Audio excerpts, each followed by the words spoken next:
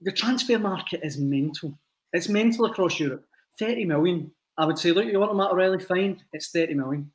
He's a fantastic player. I know he's playing in Scotland, but as you said, Graeme, he did really well in the Champions League this season. He was a standout in a couple of Champions League games. You can see what kind of player he is. I just think I'd start. I'd say, look, you want him, fine, but he's under contract, 30 million. Other clubs do it across the continent. Other clubs hold firm, and I know it's a different playing field, but they go and say these English clubs, do you know what's 100 million, and they pay it. 30 million, as you say, is not a massive amount to these teams. I don't know what you think of that, Graeme, but.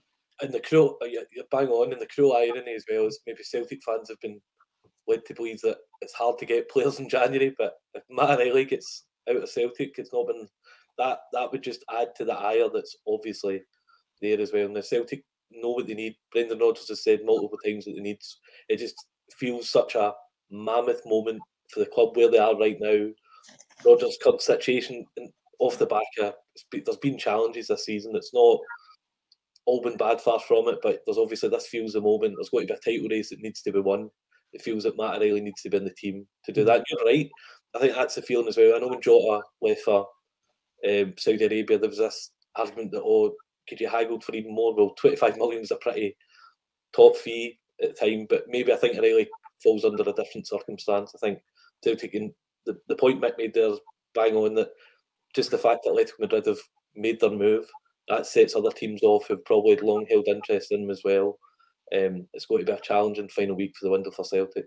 I don't quite buy this thing that if they sell Matt O'Reilly, the league's up this morning. I don't quite buy that. I don't think so either. I mean, it'd be a big loss, right? It would be a big loss, but that's football. That's the game. You buy players that listen. Matt O'Reilly wasn't even the first choice when he signed for Celtic. I mean, Celtic went for was it Riley McCree? Aye. The Aussie guy ended up going to Middlesbrough, so then they went and got him instead. Turned out to be a revelation. Life moves on. If you sell somebody, life moves on. Players come and go. It'd be a big loss, but the challenge is to go and replace him with another player. That's the business. And Celtic, that's their model. You can't have that model and then complain when players get sold. Again, you want to sell them in your terms, but that's not how the market works. But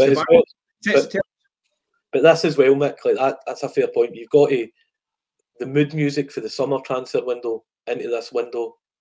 There's a feeling that, I remember John Kennedy said a few weeks ago about Celtic would be, I think, active to try and the time comes to replace Matt O'Reilly. But in this fan base right now, there's not a lot of belief that this club can find players like that. And I know this about McCree over O'Reilly, and that's a fair point. But if O'Reilly goes now, how does Celtic, one injury in midfield again? Now, there's not much room to navigate for a team like Celtic, who they're in a proper title race. This is, if Rangers win their games in hand, it's going to go as much a distance as it has in recent years.